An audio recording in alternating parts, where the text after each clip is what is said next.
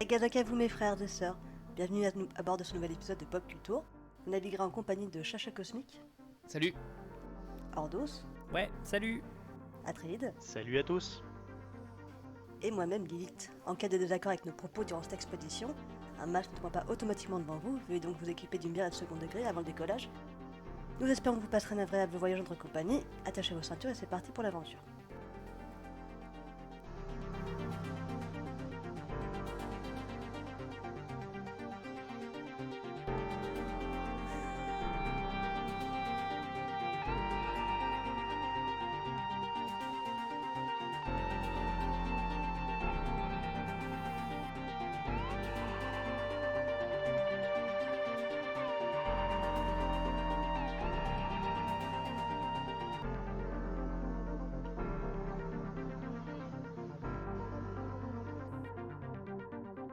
Alors aujourd'hui nous ferons un épisode un peu spécial, un hors-série comme on peut appeler ça. Nous allons parler de nos passions pop actuelles, c'est-à-dire que nous allons évoquer nos coups de cœur en matière de pop culture et dans des domaines aussi variés que possible. On va essayer d'aborder la musique, la littérature, les jeux vidéo, la technologie, les arts visuels. Mais pas les séries, puisque c'est un hors-série. Ah ah. LOL. Hein, Où il commence quand bien. même. Où Ordos, il est chaud là. Ouais. T'as- Bonne blague, hein. Tu l'avais préparé. Non, pas du tout. Là, je me suis dit, pouf, quand même, il y a moyen de la faire, donc voilà. Eh bien merci pour cette blague. Donc nous allons chacun développer nos présentations autour de 2 ou 3 œuvres sur des supports aussi différents que possible. De quoi tu vas parler, Atreide? Alors moi je vais parler d'une bande dessinée qui s'appelle Carbone et Silicium. Derrière je vais parler d'un événement de stream vidéo YouTube un peu, enfin voilà je vais expliquer un peu tout ça. McFly et Carlito? Ah si seulement, mais non. Non et derrière je vais parler aussi d'un jeu de société que j'ai pu essayer hier soir et que j'ai trouvé vachement bien. Donc, McFly et Carlito. Ah ils ont un jeu de société? Avec McFly et Carlito. Et il y a Macron en l'Élysée. extension, c'est ça? L'édition Élysée en, en extension. L'extension. Alors du coup, Ordos, toi de quoi tu vas parler? Alors, moi, je vais parler d'une bande dessinée, c'est pareil, qui s'appelle L'Âge d'Or. Je vais parler d'une série Netflix qui s'appelle Ugly Delicious. Et enfin, je vais finir par un petit jeu qui s'appelle Dead Cells. Voilà. Très bien. Et toi, Chacha, de quoi tu vas nous parler? Moi je vais parler d'un bouquin de fantasy, mais bien écrit, ce qui est assez rare parfois, qui est Manèche de l'auteur Stéphane Plateau. Je vais parler aussi de la série Castlevania sur Netflix, parce que Oui. je peux en parler. Et d'un jeu qui a été boudé par beaucoup de gens et qui est pas terrible, qui s'appelle Elex. D'accord. Et toi Lilith, alors tu vas parler de quoi? Eh ben moi, pour ma part, je me concentrerai sur la littérature et le 7e art. Donc j'ai choisi un thème un peu englobant, enfin, qui englobe les deux. C'est-à-dire en quoi les deux thèmes sont intimement liés et ce que l'adaptation cinématographique a apporté à l'œuvre de base. Englobant et anglo-saxon d'ailleurs. Non. Oh là là. Alors non, celle-là, elle n'est pas validée. C'est non. Tu veux dire qu'on va la supprimer Non. au montage? Mais c'est non quand même. Non, elle Ah, était quand très même. bien. Non, elle était très bien, je trouve. Merci. Il y a un niveau de blague Ah oui, hein, ce ferait, soir c'est élevé. Hein. qui rendrait fiers nos papas, je pense. Vraiment. Et moi, je vous ai pas coupé tant que ça, hein.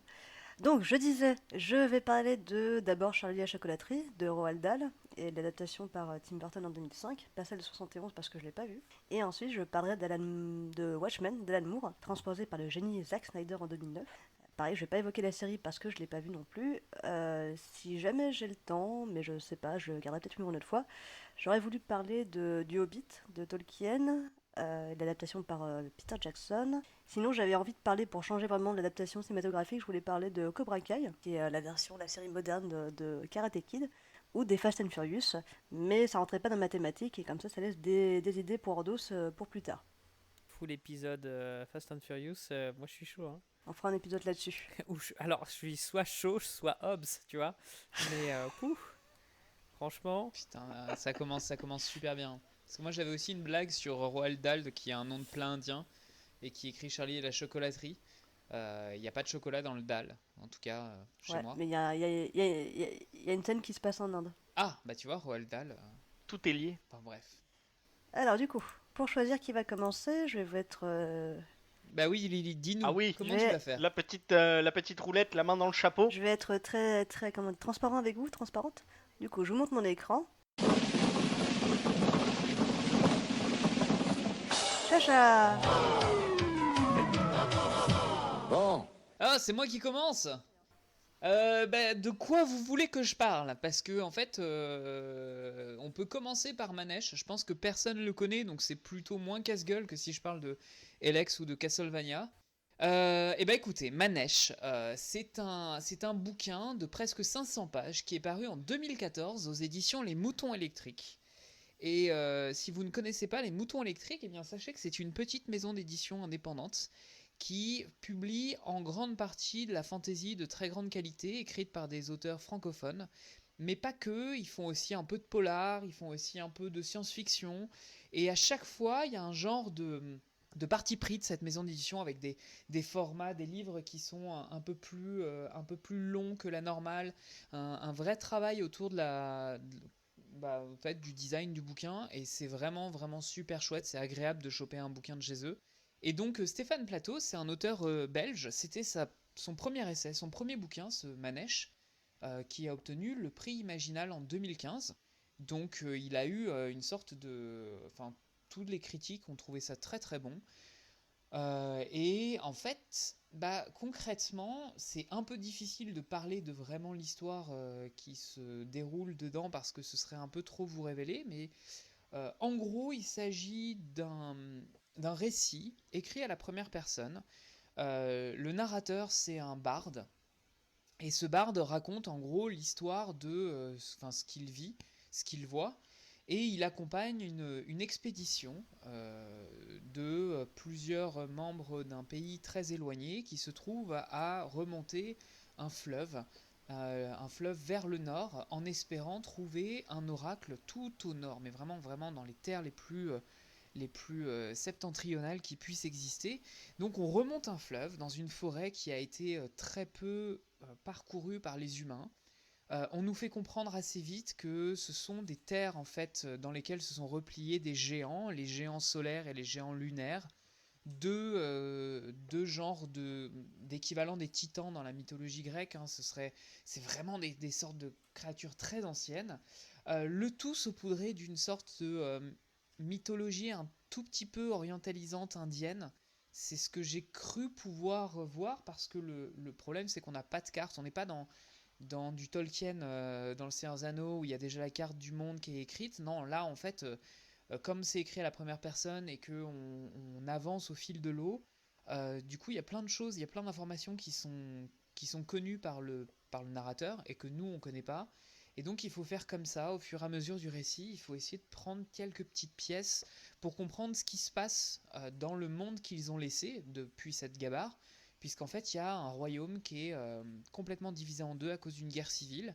Et donc la réponse à l'oracle permettrait peut-être de résoudre cette guerre civile. Mais vraiment au début on est complètement paumé. Et alors Manèche, eh ben, c'est un type qui rencontre au tout début du bouquin, en fait il récupère un genre de mec attaché à un tronc d'arbre qui est en train de dériver, qui a l'air d'avoir été complètement blessé, il a la moitié du corps qui est estropié, enfin il est complètement dans un état proche de la mort, et puis ils vont le récupérer, ils vont essayer de le soigner, et puis il va regagner un peu conscience, et il va raconter lui-même son histoire. Du coup, le bouquin se divise en deux, d'un côté Manèche qui raconte son histoire, et qui prend le temps de raconter son histoire, et de l'autre côté, le barde qui raconte ce qui se passe à ce moment-là. Moi, ça me fait penser un peu enfin, vous voyez, tous ces récits. Le dernier qui pourrait me faire penser, c'est Lost City of Z, c'est-à-dire vraiment ces récits de voyage où on remonte le long d'un fleuve dans une forêt. Là, c'est une forêt boréale, mais ça pourrait être l'Amazone.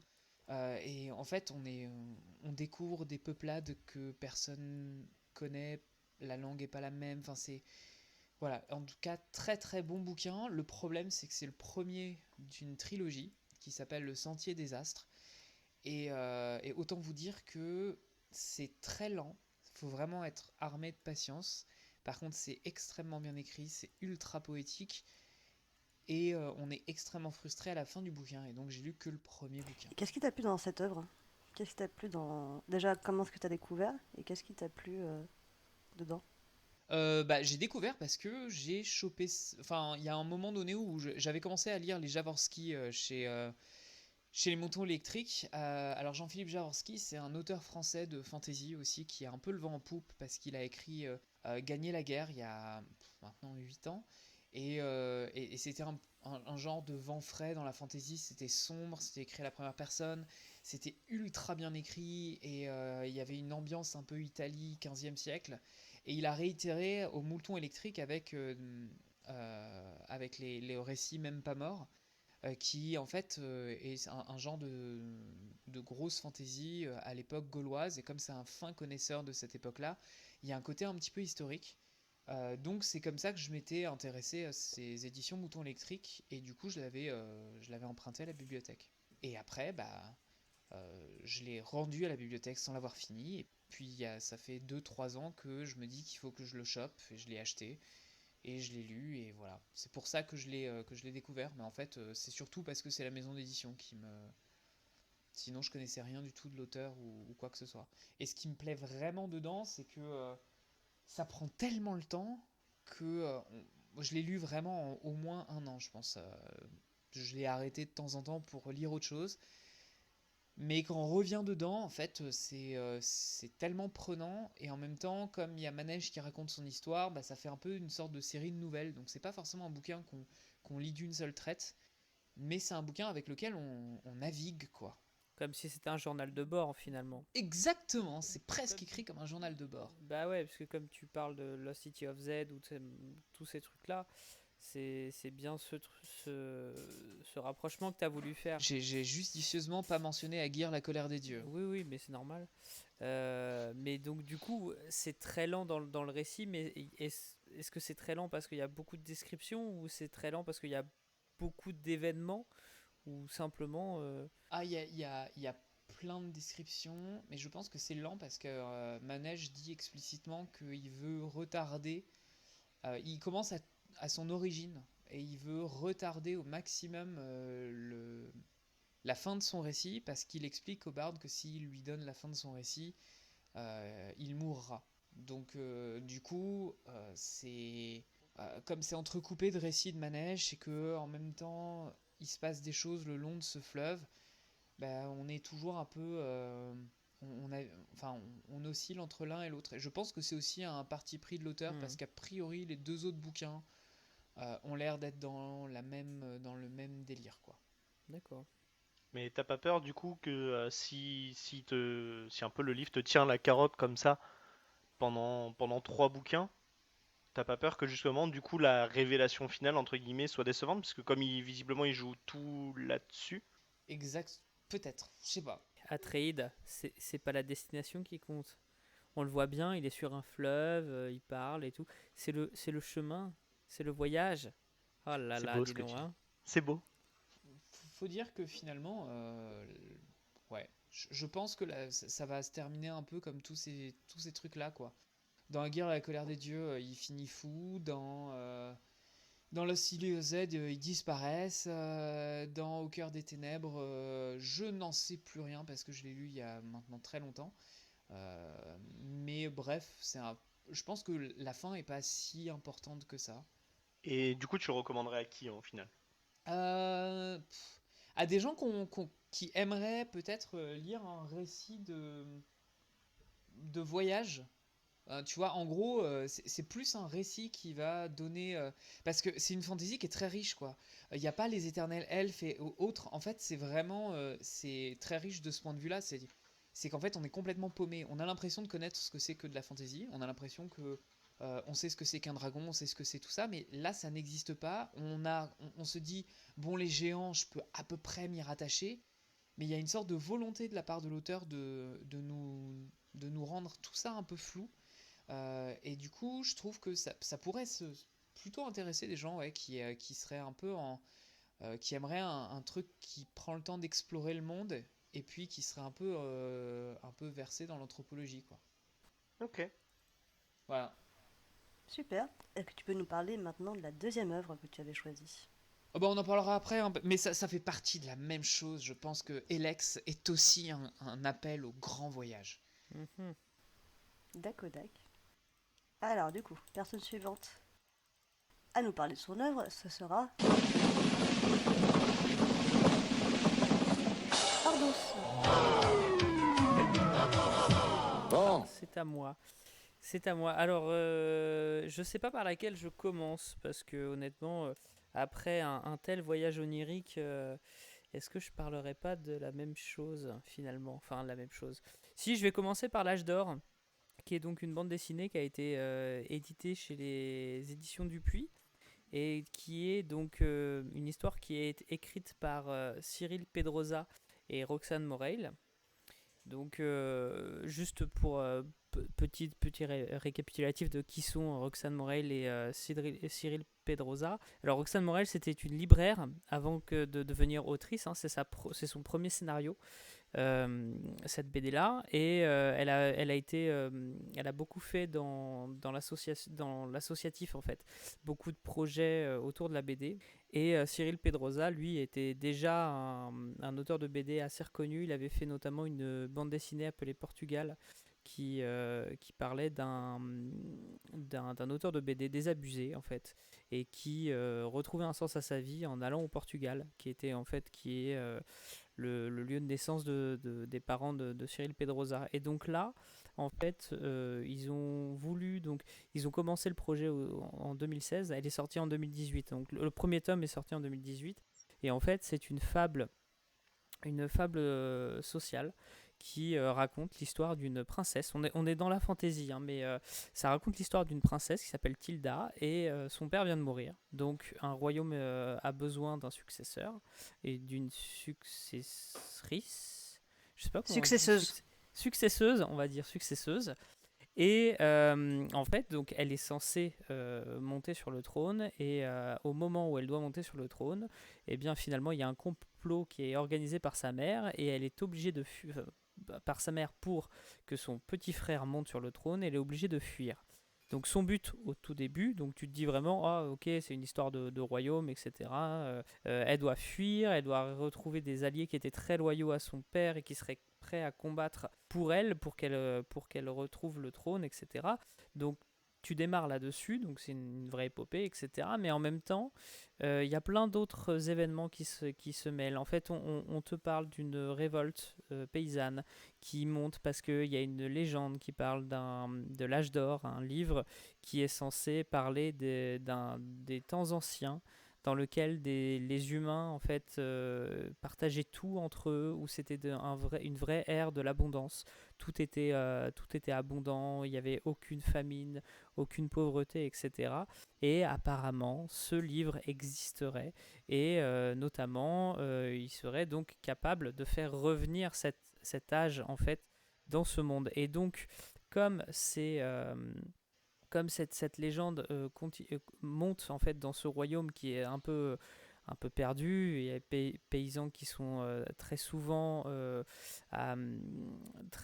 taxés par des impôts, par beaucoup de choses. C'est dans un monde médiéval, je ne sais pas si je l'ai dit, mais en tout cas, donc ils sont taxés, etc.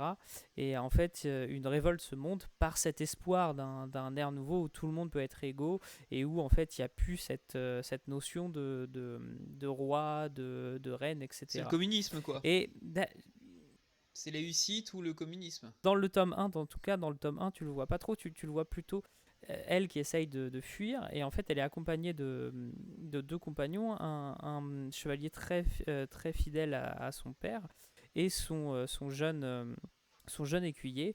Et en fait, le jeune écuyer commence à trouver qu'il y a du sens en fait dans cette révolte.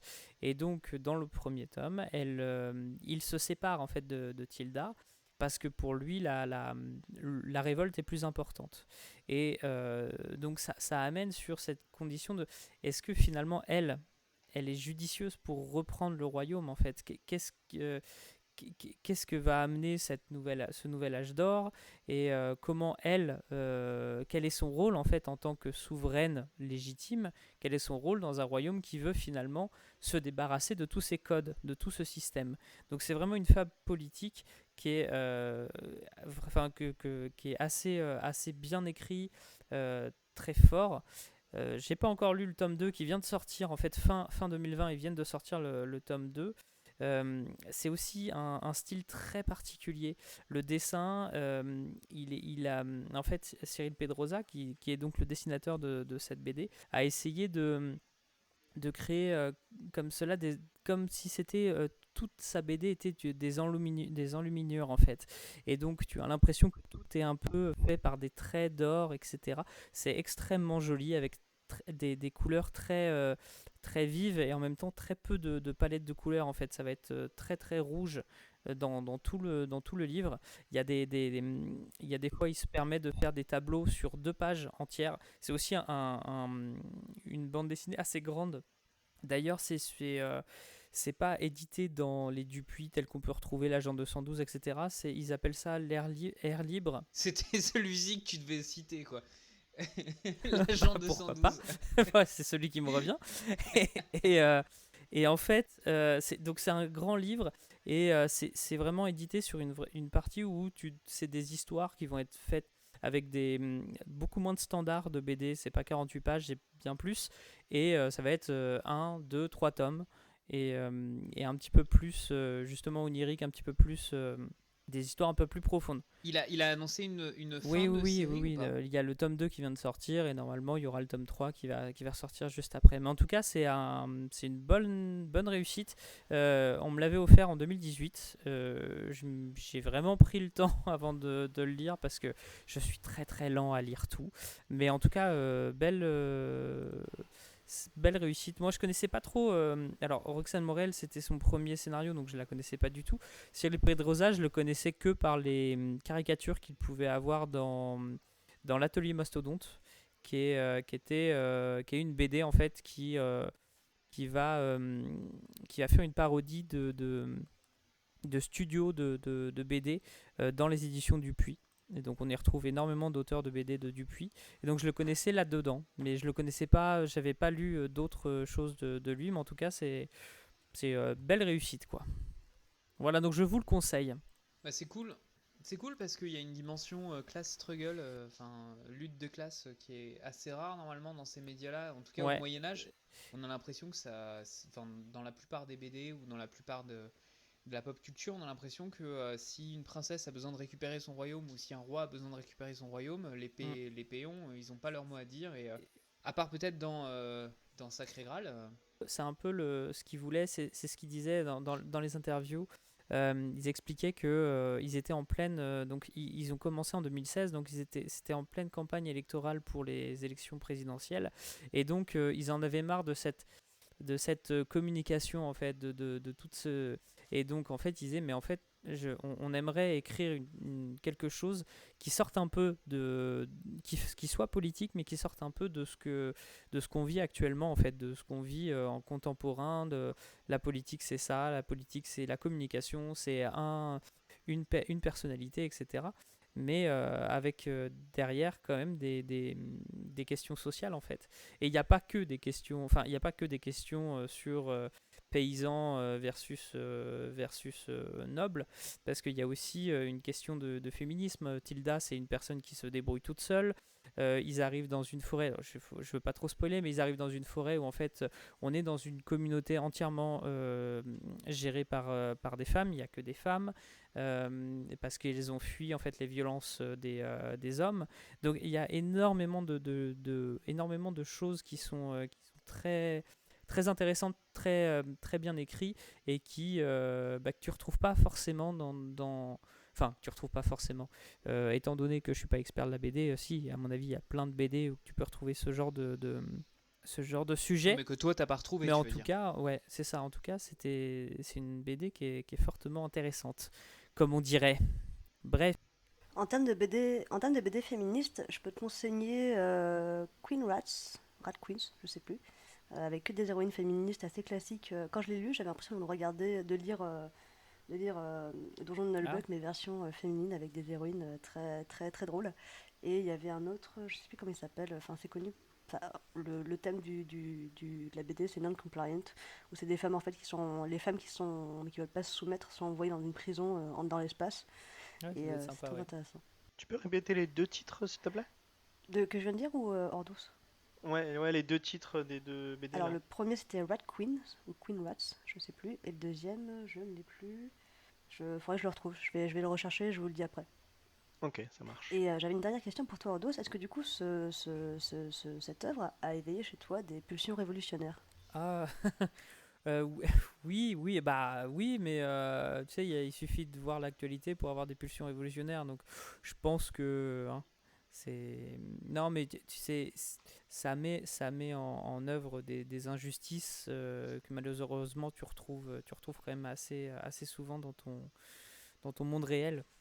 Donc oui, oui, ça peut titiller un peu le côté révolutionnaire, je pense. Hmm. D'accord. Islamo-gauchiste.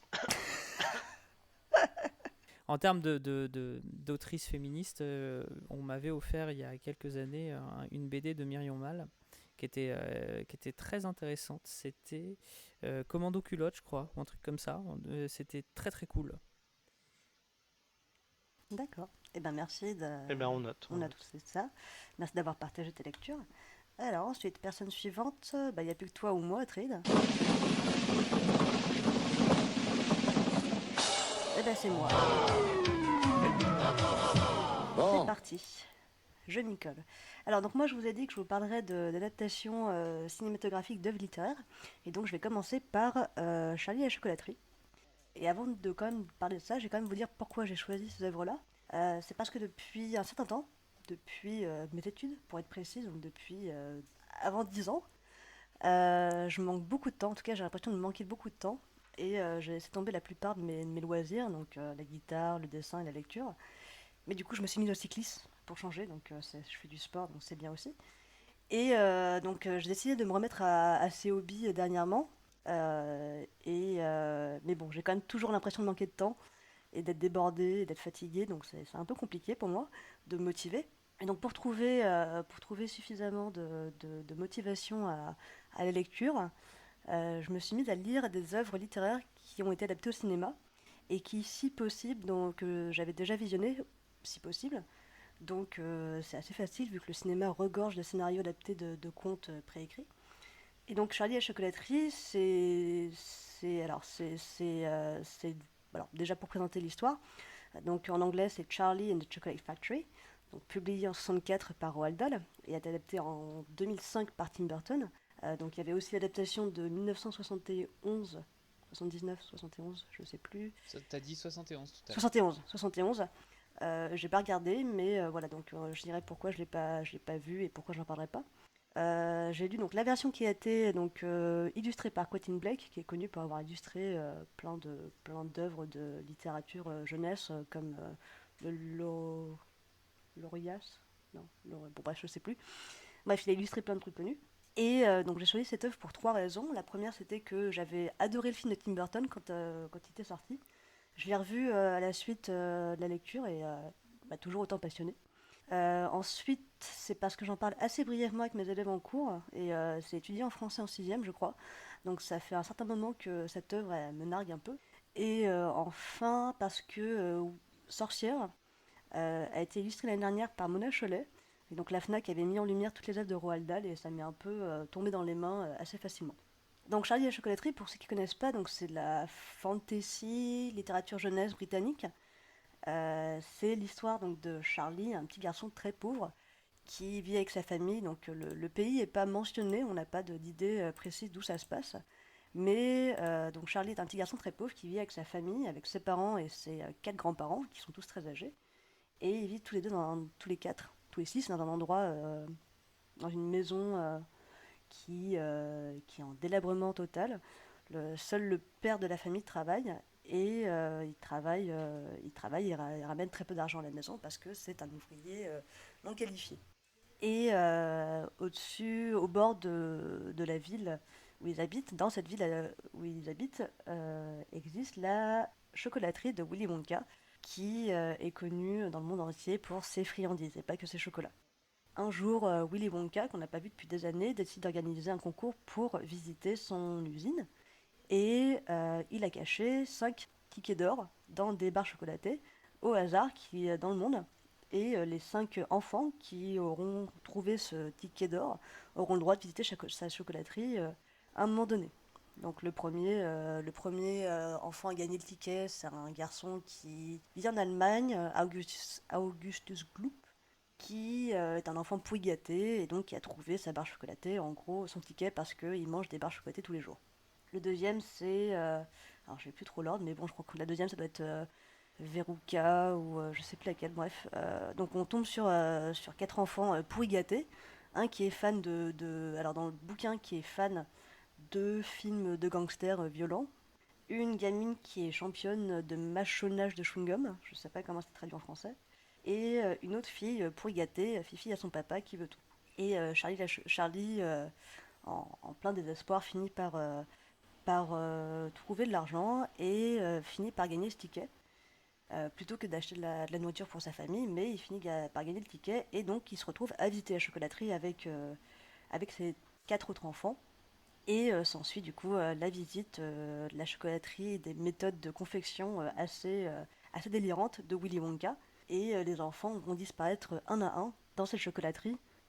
Et bon, je vais pas spoiler la fin, mais en tout cas, voilà, on verra que ce concours avait pour but d'éliminer un à un des enfants. Donc on peut conclure que Willy Wonka est un tortionnaire d'enfants, ou un pédophile, mais bon, ça c'est pas précisé. Les deux. Il y a des choses dans le bouquin qui le laissent penser ou... Bah, je te renvoie vers une vidéo de Link the Sun qui parlait des théories de fans, qui disait que, alors dans la version de 71, qui laissait entendre que Willy Wonka pouvait être un tueur d'enfants et un mangeur d'enfants, et qu'en fait ces chocolateries, ces barres chocolatées, enfin ces confiseries, sont faites à partir d'enfants morts. Mhm. Glauque. J'ai bien fait de pas aimer le chocolat, moi. C'est pour ça que j'ai mal aux dents quand je mange du chocolat en fait. C'est ça. Et donc du coup le film a été adapté en 71. Je n'ai pas le nom du réalisateur, mais je sais que l'acteur qui jouait Willy Wonka était Gene Wilder, je crois. Et il a tué des enfants, c'est ça que tu vas nous dire? Alors, pas loin, Oh merde. pas du tout. Je sais pas, j'ai pas du tout lu son casier judiciaire, je t'avoue, c'est pas ce qui m'intéressait le plus. Non, il a. Alors, de ses dires, il n'a pas regardé le film parce qu'il aime bien Johnny Depp et il aime bien Tim Burton, mais il trouve ça con quand même qu'il ait fait une adaptation parce que c'est juste pour faire du fric, peut s'entendre. D'accord. Mais de ce que j'ai lu, de ce que j'ai lu, alors malheureusement je peux pas dire vu parce que comme je le dis encore une fois, j'ai pas vu le film. L'adaptation de Tim Burton est vraiment plus fidèle à l'œuvre que celle de 71. Alors je peux pas en témoigner et je le dirai quand je l'aurai vu, je compte le voir dans pas longtemps. Du coup, le film réalisé par Tim Burton en 2005, suit à la lettre le bouquin. Pour le coup, j'ai rarement vu un film aussi scotché à l'œuvre de base. Mais avec des acteurs chiants, non? Ah non, ah non. Ok. C'est que mon avis, en fait, hein, du Ok, coup. Johnny Depp fait du Jack Sparrow tout le long du film, mélangé à du Marilyn Manson et du Michael Jackson, si on veut. Mais je trouve pas qu'il joue si mal que ça dans le film. Je suis désolée, j'aime beaucoup. Et puis j'aime beaucoup l'acteur Freddie Highmore qui joue Charlie. Je le trouve vraiment adorable dans ce film, même si... Il a joué dans quoi d'autre? Alors à cette époque-là, il avait joué dans Finding Neverland, qui est sur l'auteur de Peter Pan. Je ne sais pas, pareil, je ne sais pas non plus comment il s'appelle. Et c'est parce que justement Johnny Depp avait joué avec lui dans Finding Neverland qu'il a proposé à Tim Burton en rôle pour Charlie parce qu'il n'arrivait pas à trouver d'acteur adéquat pour le rôle. Et tu sais pourquoi Tim Burton a accepté le projet? Par rapport à sa filmographie, etc. Pourquoi il s'est dit je vais partir sur Charlie et la chocolaterie? Euh, Pourquoi? Si je me souviens bien, normalement c'est parce qu'il avait un contrat avec Disney et du coup il leur devait un film. Ou alors j'ai peur de confondre avec Alice au Pays des Merveilles, j'ai peur. Mais en tout cas il leur devait un film, c'est quasiment sûr. D'accord. Et donc du coup il a accepté le projet. Et aussi une des raisons pour lesquelles il a accepté le projet, c'est parce que donc comme Roald Dahl est mort, ceux qui ont les droits de l'œuvre, c'est donc la descendance, actuellement sa fille. Et quand elle a fait visiter, Roald Dahl avait une petite maison je sais pas comment dire en français, shed, genre une espèce de cabane au fond du jardin, dans lequel il écrivait. Et quand Tim Burton l'a vu, il a dit mais c'est ça la maison des Buckets. Donc elle a dit bah enfin il y a quelqu'un qui a compris le principe de l'histoire, c'est Tim Burton. Et donc du coup elle trouvait que c'était le réalisateur le plus approprié pour réaliser le film. Ok. D'accord. Et alors du coup le film, ce qui est souvent reproché au film, alors moi, ce que je trouve légitime, mais en même temps pas si dommage que ça, c'est que Tim Burton fait du Tim Burton, c'est-à-dire qu'on a des personnages hauts en couleur, assez, assez bizarres, complètement hors du cadre de la société, et ça en fait du coup il en fait du coup des héros. Et c'est reproché à Tim Burton. Ce que je trouve dommage, hein, mais Tim Burton a ajouté des éléments qui n'étaient pas dans le livre et qui finalement rendent assez cohérent l'histoire, parce que dans le bouquin, par exemple, Willy Wonka passe juste pour un gros fou furieux qui invente des trucs magiques pour faire des confiseries, mais au final, dans le bouquin, dans le film, ils ont rattaché l'histoire de Willy Wonka à un passif avec son père qui était dentiste, donc qui est joué par Christopher Lee, Feu Christopher Lee. C'est peut-être un des derniers films de Christopher Lee, non? Enfin, je sais pas quand est-ce qu'il est. Non, Christopher Lee est mort il en a fait d'autres après. Charlie Chocolaterie, c'est en 2005, donc Christopher Lee est mort en 2018, 17. Non, 2018? Je vous laisse C'est vérifier assez pendant ce temps-là. récent, hein, je crois. Je vous laisse vérifier. Et du coup, donc ils ont rattaché ça au fait que du coup, Willy Wonka a un passif assez dur avec son père qui était dentiste et qui refusait qu'il mange des confiseries. Autre élément rajouté, c'est par exemple dans le bouquin, bon, c'est un peu too much, mais bon, les enfants vont avec leurs deux parents, tandis que là, ils vont avec un seul parent. Mhm. Autre chose, le grand-père qui accompagne Charlie dans le bouquin n'a aucun lien avec l'usine. Mais dans le film, il a travaillé avant pour Willy Wonka dans l'usine. Et dernier lien que j'avais beaucoup aimé, c'est Mike TV. Donc dans le bouquin, j'avais dit que c'était un fan de films de gangsters, de mafia. Dans le film, ils l'ont rendu fan de jeux vidéo, ce qui est extrêmement plus cohérent par rapport à ce qui va arriver à son personnage que dans le bouquin. Pour le coup, c'est vraiment beaucoup plus cohérent et c'est beaucoup plus réaliste et c'est plutôt bien adapté au monde moderne. Donc voilà. Du coup, t'as regardé la date de mort de Christopher Lee Ouais, 2015. 2015, 2015, pardon. donc ça C'est fait encore plus vieux. Putain, 6 ans déjà. et il est né quand? Parce qu'il a approché la centaine d'années, non? Enfin, 101 ans ou quelque chose comme ça? Tu dis ça. 93 ans. Waouh. 93? Ah ouais? C'est tout. 93 Je ans. pensais qu'il avait tout fait dans sa vie, ce mec. Il a quand même fait 200 films, hein. Oui, mais entre-temps, il a été agent secret, enfin, je sais pas. Il a été Et Saruman, vampire plusieurs fois. surtout. Et vampire, ça, ouais. Et Conte Doku. Et conte de coups, ouais. Et sorcier dans je sais plus quel téléfilm que j'avais vu sur M6. Et on en parlera peut-être un autre jour, hein, mais il a aussi travaillé avec Manowar. Et il a joué dans un film Captain America des années 60. C'est génial. Faut que vous voyez ça. Putain, mais alors là, sur le truc d'anecdote, le concours d'anecdotes, McFly et Carlito vs Macron, on gagne, hein.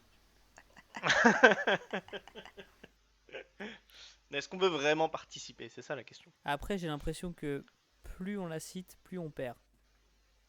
De quoi on la cite? Bah, la vidéo, c'est plus t'en parles, plus il gagne. Donc Oui, finalement, mais c'est plus on sûr. en parle, plus on perd. Bon, donc tu conseillerais quand même le film Charlie et la chocolaterie ou pas? Ouais, alors je vais finir sur une dernière chose. Donc Charlie et la chocolaterie, normalement, ça se finit pas là. Ça continue. Il y a un autre bouquin après que j'ai pas encore lu, que j'hésite à lire. Je me demande si je vais le lire, mais bon, on verra. Il s'appelle comment? Pourquoi tu hésites? Alors, le bouquin suivant s'appelle, j'ai pas le nom en français, mais en gros, s'appelle L'ascenseur de verre. Je pense que ça a été traduit comme ça, qui est la suite directe, qui se passe directement après la fin de Charlie et la chocolaterie, où non, je vais pas spoiler du coup.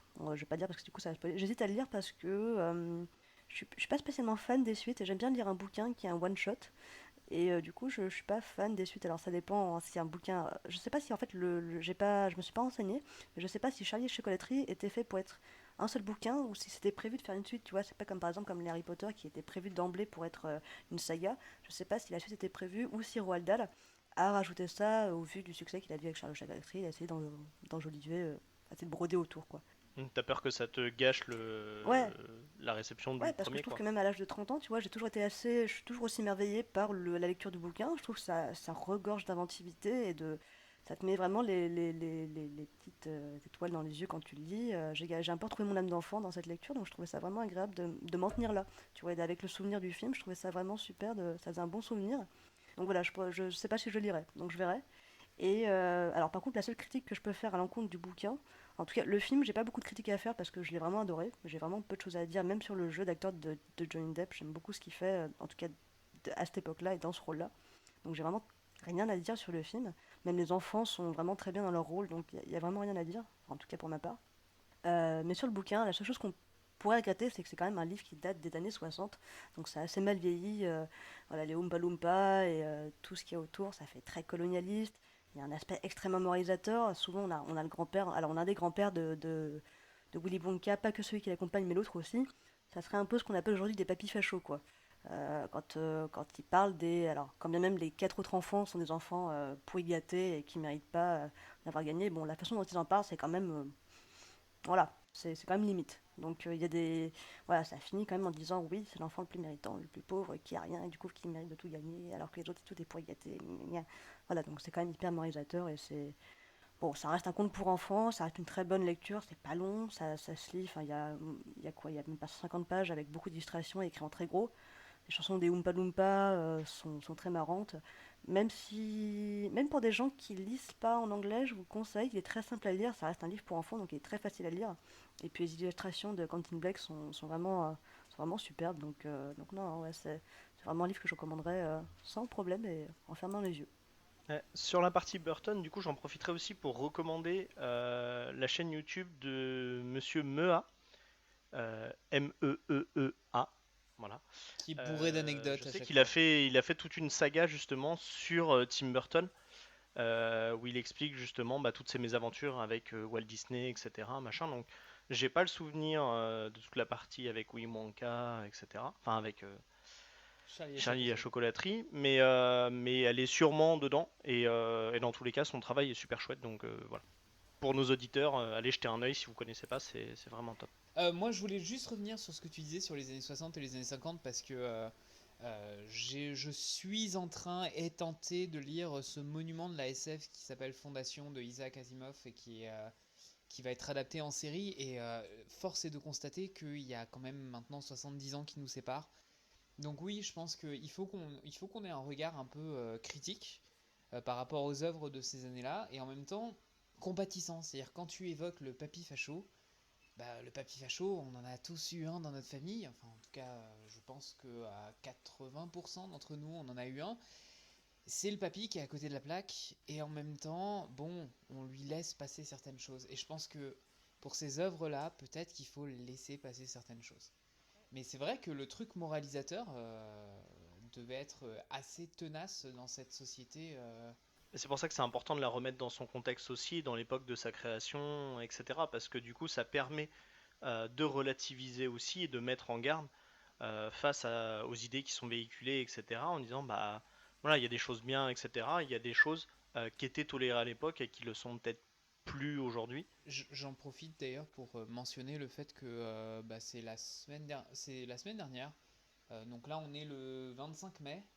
C'est la semaine dernière qu'est ressorti Mein Kampf de Adolf Hitler, édité par Gallimard en France en 2021, avec évidemment un énorme appareil critique. Mais c'est pour aller dans ton sens, Lilith comme Atreide. Par contre, vous serez fiché si vous l'achetez, sachez-le. Fichet, ou fichier rouge, ou fichier croix gammée.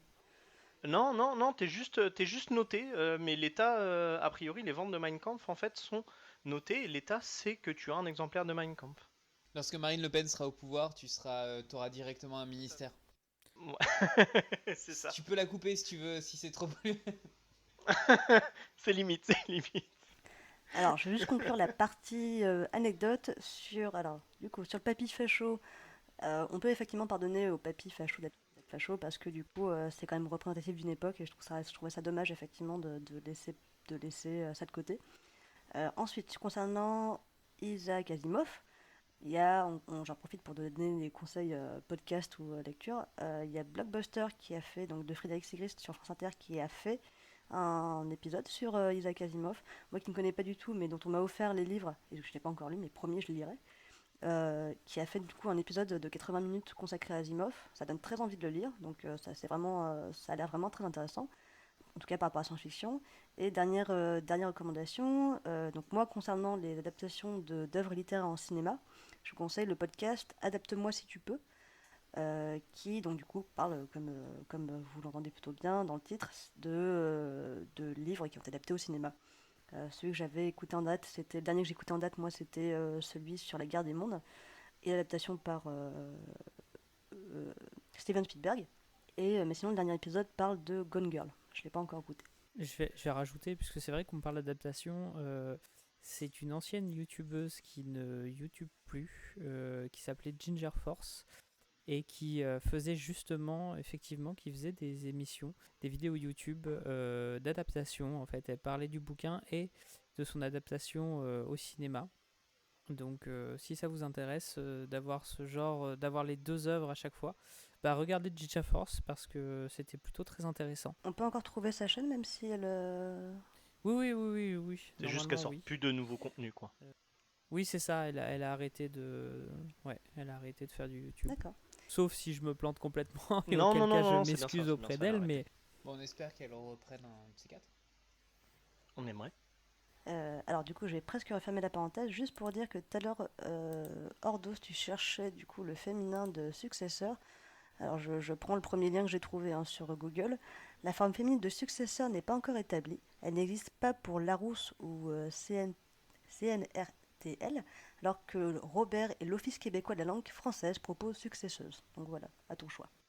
ouais, successeuse, ok. Sinon on dit successeur, mais avec un E et ça s'entend pas à l'oral. Du coup, je ferme la parenthèse et il te reste toi, Trade, à nous parler d'une œuvre dont toi tu voudrais discuter. Oui. Alors, ben moi, comme Ordo, je vais parler d'une BD qui m'avait été offert en cadeau d'un auteur que je connaissais pas du tout, qui s'appelle Mathieu Bablet, donc qui est auteur et illustrateur de BD, et qui avait déjà fait des coups d'essai chez Ankama Édition avec Shangri-La. Il avait également fait en 2013 Adrasté, et il me semble qu'il a travaillé aussi sur Doggy Bags avec Run. Run, qui est l'auteur de la saga Mutafukaz. Et si jamais vous ne connaissez pas, il y a le film qui est dispo sur Netflix, là, qui vient d'être mis à disposition. Donc, Mutafocase. Mutafukaz. Fucase, d'accord. Ouais, en fait, c'est une manière polie d'écrire motherfucker. Ah, Voilà. oui. Euh, donc voilà, donc c'est un film d'animation qui est pas pour les enfants, hein, par contre. Vraiment, c'est violent, etc. Machin, c'est assez torturé comme œuvre, mais c'est super chouette. Et voilà, et vous pouvez jeter un coup d'œil au film. C'est pas parfait. Même Run le dit lui-même qu'il y a quelques petites imperfections, etc., qui sont en partie dues aussi à son inexpérience. Mais ouais, le film est vraiment cool et voilà, et ça vaut le coup d'œil. Moi, je rajouterais, avant que tu parles de Mathieu Bablé, que Shangri-La, je l'ai offert à Ordos qui ne l'a toujours pas lu. Voilà. Voilà, c'est ça. C'est juste pour que tout le monde le sache. Ouais, non, mais je sais, parce qu'en fait, je mets beaucoup de temps à lire des BD. Mais tu me l'as offert avant l'âge d'or, je t'avoue. Le problème, c'est que l'âge d'or, il s'est retrouvé dans les toilettes. Et du coup, je lis bien plus aux toilettes que n'importe où dans ma maison. Mets-le aux toilettes. Donc, en fait, Voilà. donc oui, voilà, c'est ça. C'est qu'il faudrait qu'en fait je le déplace de ma bibliothèque jusque dans les toilettes et je serais donc capable de le lire, sachant que si je me souviens bien, il n'y a pas autant de texte que ça. C'est beaucoup plus des beaux paysages galactiques, on va dire, enfin spatiaux.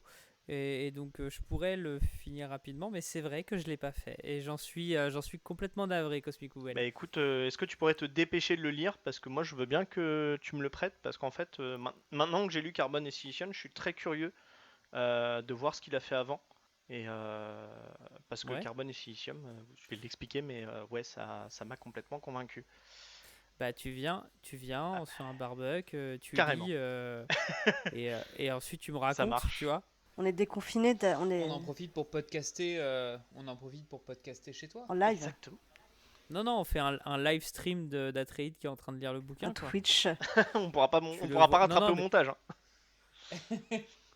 hein. Donc ouais, donc je reprends. Donc Mathieu Bablé, du coup, effectivement, voilà, qui avait sorti Shangri-La en 2017 et qui là revient en 2020 avec une œuvre qui fait quand même 270 pages de planches de BD, donc c'est quand même quelque chose d'assez volumineux et d'assez costaud, hein. Voilà, ça prend un peu de temps à lire. Et en plus, je pense que c'est vraiment le genre d'œuvre qui, voilà, il y a besoin d'être dedans aussi. C'est pas quelque chose qu'on fait ou qu'on lit comme un Spirou ou à côté on fait un peu autre chose, on peut reprendre. Là, ça demande un peu plus d'attention. Et donc Carbone et Silicium, c'est toujours édité chez Ankama. priori, ça se passe bien avec eux, donc ils restent chez eux.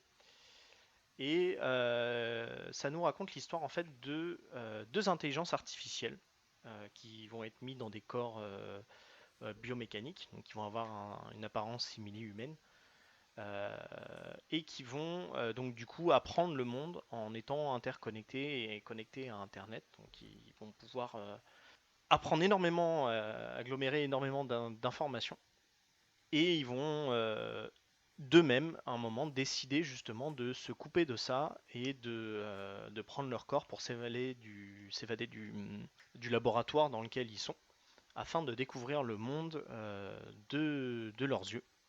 Et en fait, ils vont se séparer et chacun va un peu se faire sa voie et avoir des expériences très très différentes.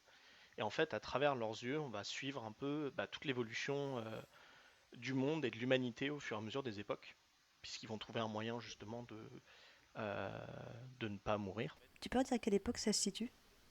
Ça démarre, alors c'est en 2060 et quelques, je crois. Un truc comme ça, donc ça démarre dans un futur, mais qui est quand même relativement proche. L'idée, c'est justement de pouvoir instaurer ce côté, bon, on sait faire des robots qui ont à peu près une tronche humaine, et nos IA sont beaucoup plus avancées que ce qu'on a aujourd'hui. Mais ça va pas prendre un contexte cyberpunk classique comme tu vas avoir un peu partout. On n'est pas dans du cyberpunk 2020 ou 2077. C'est pas du tout ce genre d'ambiance-là. De façon, c'est mieux. C'est mieux. Il n'y a pas de glitch dans celui-là. Ouais, c'est ça. Mais il a fait la différence entre le jeu de rôle et le jeu vidéo, ce qui est... Je te remercie d'avoir fait cette Ah bah, c'est pas distinction. la même chose. Il y en a un qui est adapté de l'autre, mais c'est pas complètement pareil. Mais donc voilà. Et donc du coup ouais, ça, c'est un prétexte un peu pour explorer justement l'évolution humaine et la questionner aussi dans son ensemble. Donc j'ai écrit trois petites phrases là pour résumer un peu mon avis, euh, que je vais vous dire maintenant. Œuvre transhumaniste efficace et diablement surprenante, Carbone et Silicium s'emparent du principe de l'IA pour questionner l'humain sur son époque, son comportement et son évolution.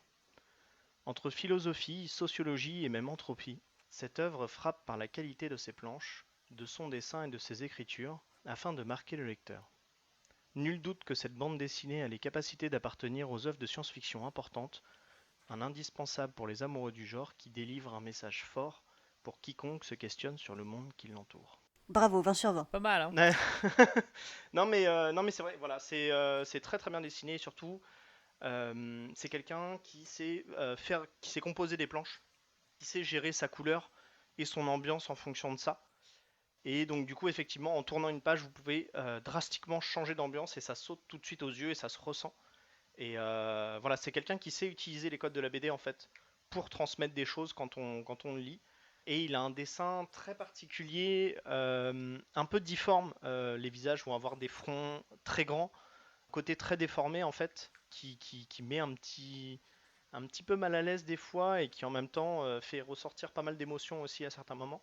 Voilà, et puis comme je vous l'ai dit, c'est quand même une œuvre pour adultes. Donc voilà, il y a des scènes un peu, enfin voilà, il y a des dessins, etc., qui sont quand même peuvent paraître assez violents, etc. Donc c'est pas une BD à donner à vos enfants, mais ouais, c'est vachement bien. Et en fait, la préface de ce livre a été signée par Alain Damasio. Ah, Donc Alain Damasio, pour ceux qui connaissent pas, préface ou postface? postface, pardon. J'ai dit préface? Oui. T'as dit préface. Ok, autant pour moi. Ce postface qui a été écrite par Alain Damasio. Pour ceux qui connaissent pas, c'est un auteur français de science-fiction. Qui met 10 ans à écrire des bouquins. Ouais, c'est ça. Il a écrit, récemment, il a écrit Les Fugitifs. Avant, il a écrit La Horde de Contrevent, etc. Pas les Enfin, il y a... furtifs. Si, c'est ça, Les Furtifs, c'est ce que j'ai dit. Oui, tu avais dit les fugitifs. Oui, mais Oh on là. est dans une autre dimension. La préface, les Effectivement, Les fugitifs. Furtifs, pardon. Oh, C'est un peu voilà, pareil. Alain Domosia. Enfin, voilà, on est vraiment dans un autre univers, c'est nickel. Non, mais voilà. Et donc, du coup, effectivement, quand donc j'ai écouté quelques interviews d'Alain Damasio et je vais attaquer La Horde de Contrevent pour voir un peu ce que ça donne. Mais de ce que j'entends dans ces interviews, etc., je suis pas surpris qu'il ait signé la postface parce qu'en fait, il y a beaucoup de questionnements qu'on retrouve aussi visiblement dans les thèmes qui lui tiennent à cœur, quoi. Et du coup, alors j'ai pas retenu le nom, silicium et je sais plus quoi. Carbone et silicium. Carbone et silicium. Bah, et justement, carbone humain, silicium machine. Oui, tout le monde n'a pas fait science. Gna, gna, gna. Et ça va jouer, voilà, ça va jouer un peu là-dessus. Et est-ce que du coup c'est une œuvre, je sais plus si tu as dit, est-ce que c'est une œuvre française ou étrangère? Ah, c'est français et c'est par un éditeur français, etc. D'accord. Est-ce que t'as d'autres lectures? Euh, Pardon, Flacha, vas-y. Ouais, non, non, moi je trouve ça cool qu'un mec comme Alain Damasio, qui est très investi dans les éditions La Volte et qui écrit certes un bouquin tous les 10 ans, soit aussi actif à essayer de développer, puisqu'on parle de pop culture, la culture dans son ensemble, parce que c'est un mec qui va faire de la musique électronique avec Rhône, qui est bon, assez connu dans le sud de la France, et donc il avait produit un petit texte Ah, là-dessus. c'est surtout un fleuve, quoi. Non, ouais, bah alors oui, certes, mais c'est quand même un artiste de musique électronique, donc je pourrais en parler peut-être si vous voulez la prochaine fois. Et ouais, c'est un type qui est aussi présent dans les médias, que ce soit sur France Culture, sur le Monde diplomatique ou sur d'autres trucs. Des médias un peu intello parfois, un peu trop intello, même si engagé politiquement. Et c'est un mec qui essaie de faire vraiment la navette et une plateforme entre les deux et qui prend vraiment le genre comme quelque chose qui peut servir à engager une réflexion. Donc je suis très content de savoir que il a fait la postface de Carbone et Silicium. Et je pense que le plot SF de faire évoluer des IA pour essayer de questionner l'humanité et ses travers et ses dérives. Moi, ça me fait penser à Wall-E. Je suis pas sûr que c'est la version peut-être naïve et très gentille, mais c'est ce que j'avais beaucoup, beaucoup, beaucoup, beaucoup aimé dans Wall-E, quoi. Et je pense que la science-fiction a ce rôle-là en particulier. Bah, il y a effectivement, il y a toujours un peu ce côté-là, puisque Wall-E, on se retrouve un peu dans ce contexte de monde qui a évolué et où ça s'est pas très bien passé. Mais oui, Wall-E est un peu plus naïf peut-être sur le sujet.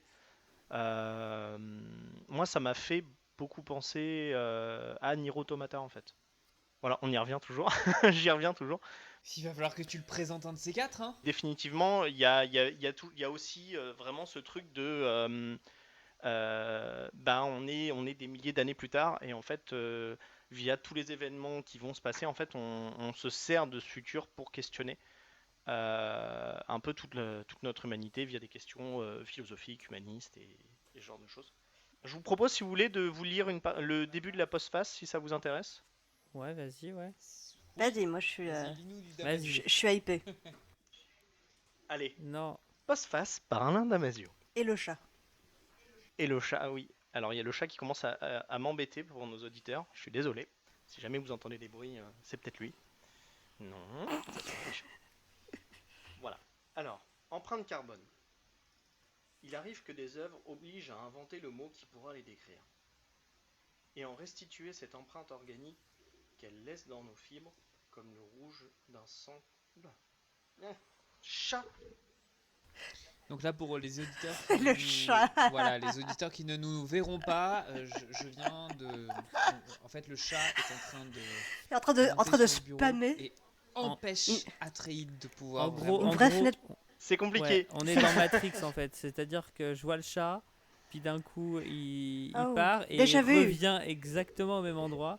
C'est, on est dans la matrice Il y à a un fond, bug dans quoi. la matrice. Non, mais c'est comme les fenêtres pop-up que t'as pas demandé, quoi, qui reviennent alors Non, que tu cliques là, c'est dessus. fou, c'est fou. Je pense, En ouais, plus, ouais. le chat est noir, donc ça, c'est parfaitement Matrix.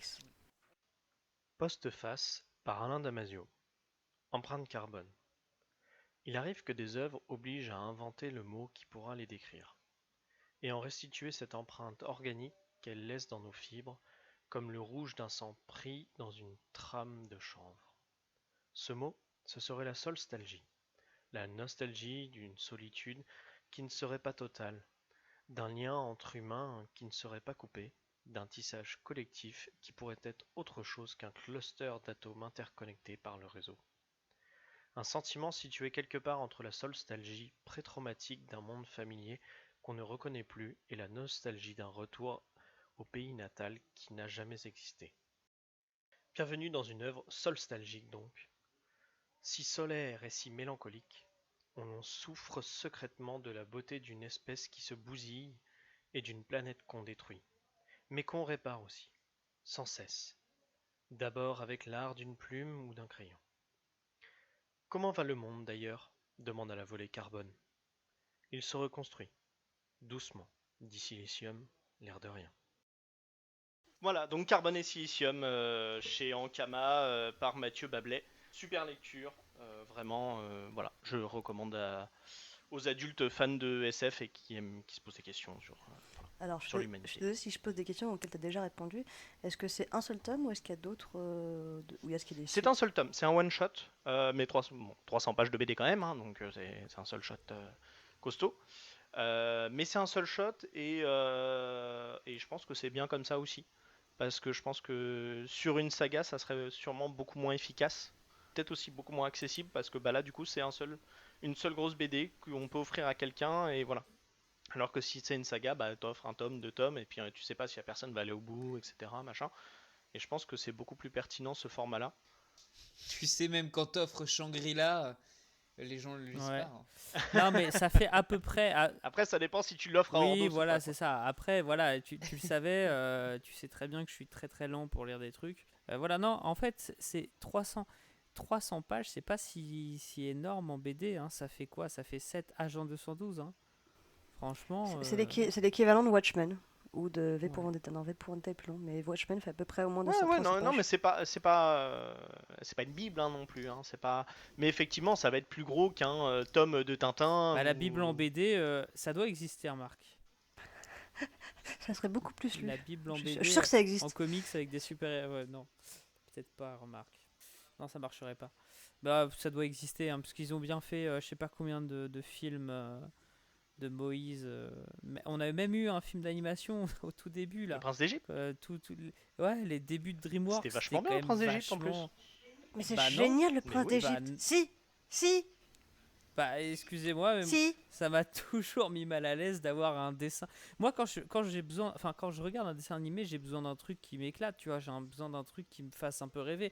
Genre des tortues qui sont ninjas, ou tu vois, un mec qui ouvre la mer en deux et on te dit, bah oui, c'est comme ça, c'est écrit dans un bouquin vieux d'il y a 2000 ans.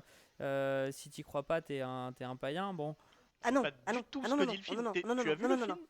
Le film te demande pas d'y croire. Mais oui, je l'ai vu, mais il y a longtemps. Non, pourquoi, Pascal? Oui, bah Donc justement, revois-le. Ah bon?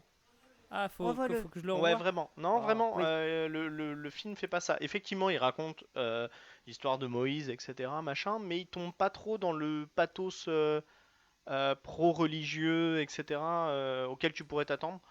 Et je pense pas vraiment que ça soit une œuvre pensée comme ça.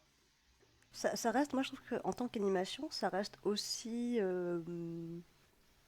divertissant, en tout cas avec une certaine trame narrative similaire à ce qu'il peut y avoir dans n'importe quel DreamWorks ou Disney, tu vois. Ça reste un héros qui est dans son monde, qui doit sortir de ce monde, enfin qui a une espèce de, alors, je sais pas comment on dit en français, enfin une sorte de révélation, et qui va faire en sorte de sortir et enfin, de ce monde et de faire en sorte que le monde s'améliore, ou en tout cas à son échelle de faire en sorte que ça s'améliore. Ça reste juste un personnage humain qui va essayer de faire des grandes choses, et ça rejoint du supernaturel. Alors certes, ça a été écrit dans un livre qui contestablement qui peut être contesté sur sa véracité historique, mais On pourra en reparler, hein, parce qu'il y a plein de choses. Faut juste lire dans l'intertexte. mais ça reste un film d'animation aussi fantastique que n'importe quel Disney, j'ai envie de te dire. Ah, mais je parlais pas simplement de l'animation Disney, hein. C'était. Je sais pas. Moi, c'est ce genre de sujet qui était quand même sur un film qui est censé parler aux enfants, etc. Moi, je sais que ça m'avait pas.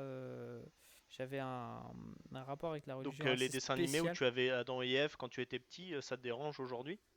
Mais je les regardais pas, les dessins animés où j'avais Adam et Ève. Non, mais je veux dire, Oui, mais ça il y en Ah a existe. si, toujours eu en fait, tu veux ça dire existe et. il était une fois l'homme où tu vois au début Adam et Ève.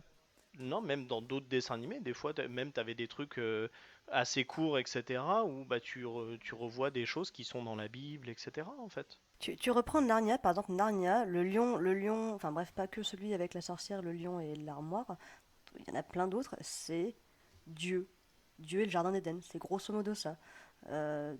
T'as plein d'œuvres pour la jeunesse qui sont quand Ouais, même non, mais je plus ou sais, moins mais je sais pas, des réécritures de la Bible ou autre. en tout cas, je sais que je l'avais vu, mais ça m'avait pas. le sujet m'était... Ouais, je sais pas. Ok. Ça, c'est parce que t'es pas juif. Mais Non, je je vais déconne. peut-être oui, je vais peut-être le revoir, hein, peut-être, hein. Bah, j'ai dit un œil en vrai. Voilà, bon, faut savoir effectivement que c'est Moïse et tout ça. Mais après, ça n'empêche pas, je pense, d'apprécier le dessin animé pour ce qu'il est, etc. Je crois qu'il y a une chanson que je trouve un peu pathos. Mais sinon, dans l'ensemble, ouais, je trouve que c'est un bon film d'animation qui se regarde bien avec ses rebondissements, ses moments dramatiques, ses moments voilà, émouvants, ses moments sympas, enfin, ses chansons. Voilà. Alors, du coup, on va finir avec les recommandations.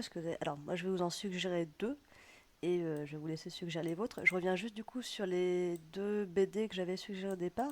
Donc, la BD dont je parlais, où avec Non-Compliant, où les femmes qui ne sont pas dociles sont envoyées en prison sur une planète je sais plus où, dans le système solaire.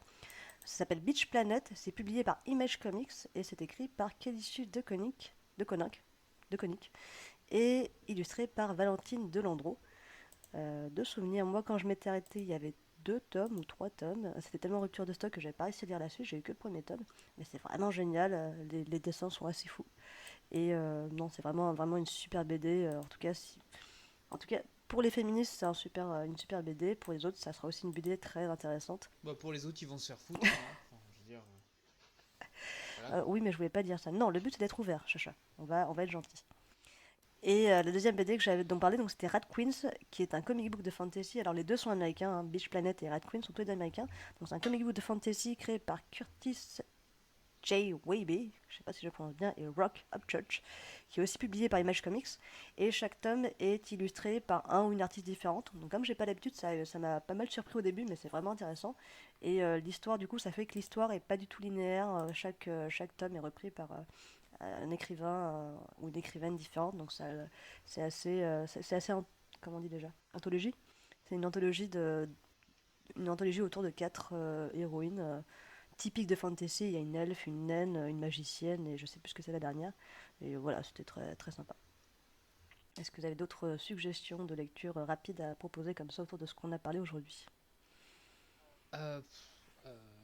Non, moi je voulais juste revenir sur le fait que tout ce qu'on a dit, en fait, finalement, il y avait une lecture politique à en faire. Et inviter peut-être parce qu'on ne va pas avoir le temps de développer là-dessus, mais vraiment, en fin de compte, si on prend chacun de chaque chose qui nous anime, entre l'âge d'or ou entre le papy facho de Charlie et la chocolaterie ou entre carbone et silicium où clairement il y a une lecture politique qui est très visible, je pense qu'il va falloir qu'on fasse un épisode de pop culture où on essaye de voir comment est-ce que ces médias qui nous intéressent questionnent la question politique tout simplement. Voilà. Moi, j'ai pas vraiment de lien à faire, sinon que je voulais parler de LX, qui est un jeu vidéo pourri avec beaucoup de très mauvaises notes et qui, malgré tout, est un jeu à monde ouvert comme on n'en fait plus, qui n'a rien à voir avec les sempiternels Skyrim et Assassin's Creed, puisqu'il n'y a pas de. En gros, on vous prend pas par la main. Et du coup, c'est vraiment intéressant parce qu'on a vraiment le sentiment d'explorer et que le monstre qui va nous tomber dessus n'est pas un monstre qui est fait pour notre niveau, avec cette région qui est dans notre niveau. Ça donne vraiment l'impression de passer d'un jeu vidéo avec son game design à un monde à explorer. Voilà, et je terminerai là-dessus. Merci, d'autres suggestions et sinon on conclut. Si on est dans la suggestion, on a parlé de science-fiction. Moi, j'ai un petit crush sur Valérian depuis quelques temps. Euh, Principalement, c'est une vieille BD française qui a été écrite par Pierre Christin, et qui a été dessinée par Jean-Claude Mézières. Et je suis complètement fan, surtout du dessin. Alors, il y a certains scénars qui sont très cool, mais c'est surtout l'illustration, les dessins des planètes, etc. Il y a vraiment des idées complètement folles. Et vraiment, je vous conseille. C'est une très bonne BD. Et je pense que tout le monde l'a déjà lu, mais c'est vraiment un truc. Non, pas moi. Vraiment une BD de science-fiction assez folle, quoi. Beaucoup, beaucoup, beaucoup d'idées. Et Lily, tu pourras en plus en parler dans son adaptation au cinéma.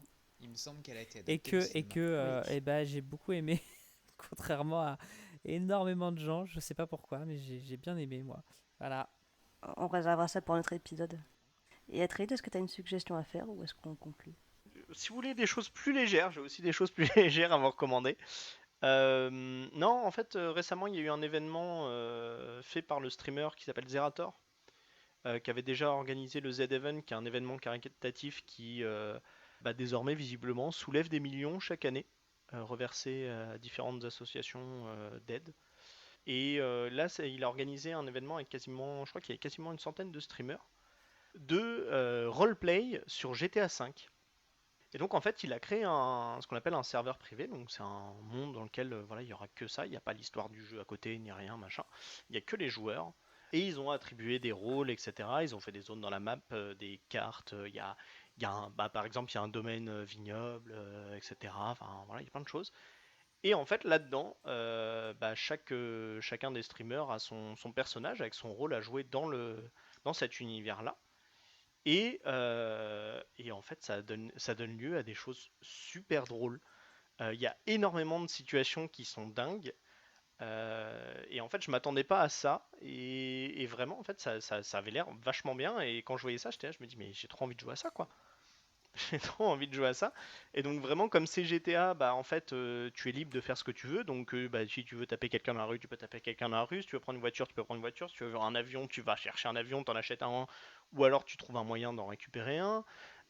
Tu peux téléphoner, tu peux machin, tu peux truc. Enfin c'est vraiment hyper bien foutu. Il y a un chat vocal du coup qui se fait dès que la personne est dès que l'avatar d'un autre joueur est à côté. Donc tu parles aux gens comme ça en direct, etc. Bref, hein, c'est vachement bien et donc voilà. Et en fait, je me retrouve à suivre ça le soir quand je cuisine, quand je bouine mes trucs et ça tourne en fond et en fait, je me marre. Et c'est un truc, voilà, c'est simple, c'est des streamers qui font les cons ensemble sur des jeux vidéo et il se passe des événements de dingue. Et en fait, on arrive même à s'accrocher au personnage. Et vraiment, enfin, vraiment, c'est du jeu de rôle et qui est assez bien fait. Et au fur et à mesure des épisodes, ouais, j'étais là, hein, des moments où il y a un kidnapping, etc. Et j'étais là à me dire, oh non, non, pas lui, machin, un truc. Enfin, je me retrouvais vraiment dans le truc, quoi. Et voilà. Mais du coup, t'es obligé de suivre un streamer en particulier. Et alors, du coup, c'est super particulier parce que effectivement, du coup, tu vas choisir un peu au travers des yeux de qui tu veux suivre l'aventure. Ouais, c'est ça. Après, tu peux suivre plusieurs, etc. Regarder des bouts à droite à gauche. Typiquement, en gros, tu vas suivre un des streamers, puis t'apprends qu'il s'est passé un truc à l'autre bout de la ville, etc. Machin, avec telle personne. Bon, bah, tu vas voir le stream de cette personne-là, éventuellement, si tu veux voir ce qui s'est passé. Pour nos auditeurs, si c'est pas hyper clair, faut voir ça un peu comme un Game of Thrones où quand vous regardez votre série ou quoi, vous suivez un seul des personnages et vous voyez tout ce qui lui arrive. Mais dans un jeu vidéo. Et où du coup tout est possible et où plein de gens font n'importe quoi. Et notamment il y a les cousins Croûte Oui, voilà, c'est ça. qui, C'est qui ceux qui sont, sont qui les sont plus connus, géniaux, ouais. qui sont donc deux personnages qui jouent enfin donc deux streameuses qui jouent des enfants de genre d'une quinzaine d'années et qui font que des conneries. Mais c'est à mourir de rire. Et vraiment, voilà, je suis hyper surpris de ce format-là. Je m'attendais à ce que ça soit beaucoup trop long et que ça me gonfle et qu'il se passe pas grand-chose. Et en fait, ça va de rebondissement en rebondissement, ça s'arrête jamais. C'est drôle et attachant. Et du coup, voilà, c'est pas politique, c'est pas très politique ni rien. Mais je trouve que c'était intéressant parce que c'est vraiment un nouveau format que j'avais jamais vu avant. A priori, le RP sur GTA existe aux US depuis quelques années, mais je trouve qu'en format, c'est une espèce de. Je vois ça un peu, enfin, c'est un peu gros mot ce que je vais dire, mais un peu comme genre pas le futur de la série, mais une autre façon peut-être de faire ce genre de choses. Il y a déjà des streamers RP GTA français, hein, qui existent depuis quelques temps, hein. Donc c'est juste que là, ça a explosé parce que Ouais. justement c'était un serveur vraiment avec des célébrités du stream français. Mais en tout cas, Ah bah ouais, voilà, oui, c'est c'est avec ça. des streamers assez connus, etc. Machin. Enfin, moi j'ai découvert ça à ce moment-là, et ouais, je trouve ça en vrai, enfin, en tout cas, voilà, je suis les épisodes tous les jours, je suis mon épisode en faisant ma popote, mon machin, mon truc, et voilà, et c'est super drôle. Enfin, voilà, donc si jamais vous voulez passer un peu de bon temps et pouvoir mettre un truc en fond sans être forcément hyper concentré dessus ou quoi, bah ça marche bien. Moi, je les ai suivis, ceux d'Antoine Daniel principalement. Mais voilà, vous pouvez choisir ce que vous voulez. Et normalement, je crois même qu'il y a un site spécial pour les clips RP de l'événement. Voilà, je le mettrai aussi en description du podcast pour ceux que ça intéresse. Mais Ça m'intéresse, mais j'ai vraiment vu que quelques petites parties et je savais pas comment le regarder correctement si tu l'as pas vécu en live. bah, surtout, en fait, au final, je trouve que c'est pas un format qui se prête tant que ça au live parce que du coup, comme ils doivent jouer le RP, etc., et c'est aussi ce qui est plaisant dans l'exercice, bah du coup, en fait, ils ont pas d'interaction avec le live du coup. Donc, à moins de glisser des idées à des moments Ouais, ouais. quand ton personnage tu sais pas quoi faire, sinon globalement il n'y a pas trop d'interaction. Donc en fait, je pense que c'est un truc, ça aurait pu être enregistré sans chat, sans live, ça aurait été pareil quoi. C'est assez intéressant quand Mm. même, hein, parce que c'est une sorte de théâtre post. Enfin, très confiné, quoi. Ouais, ouais, c'est un peu ça avec, enfin, et puis ça a ce côté MMO où en fait tu te connectes et tu vois qui est connecté aussi, etc. Et en fonction de ça, il se passe des choses. Mais il y a des fois, bah, je sais pas, t'as ton associé ou quoi que tu veux appeler, mais si c'est en fait ton pote qui est pas dispo le soir et qui joue pas ce soir-là, bah ton associé il sera pas dispo et puis bah tant pis, le temps avance quand même dans le jeu, etc. Et donc quand tu reviens 3 jours plus tard, en fait, tu découvres qu'il s'est passé des trucs et tout, machin. Enfin, c'est assez rigolo. Et voilà, en tout cas, je trouvais ça intéressant et je trouve que c'est une bonne expérience et c'est une bonne idée d'avoir fait ça, quoi. Alors du coup, Voilà. eh ben merci à Trade. Alors du coup, on vous avait promis plein de choses en début de podcast. On avait promis de parler de supports différents. C'est raté, vu qu'on s'est concentré principalement sur la littérature. On avait promis d'évoquer Castlevania, Carnival Monster, Watchmen, Dead Cells ou Ugly Delicious. Pareil, c'est raté. Mais bah tant pis, écoutez, on va garder ça pour une prochaine fois. On espère que déjà, tout ce qu'on vous a évoqué, ça vous a mis un peu l'eau à la bouche. Et ça va vous permettre de trouver des lectures, si possible intéressantes, un peu politisées apparemment. Mais en tout cas, qui éveilleront une envie comme moi de relire. Parce que là, tout ce que vous m'avez dit, ça m'a vraiment donné envie de lire.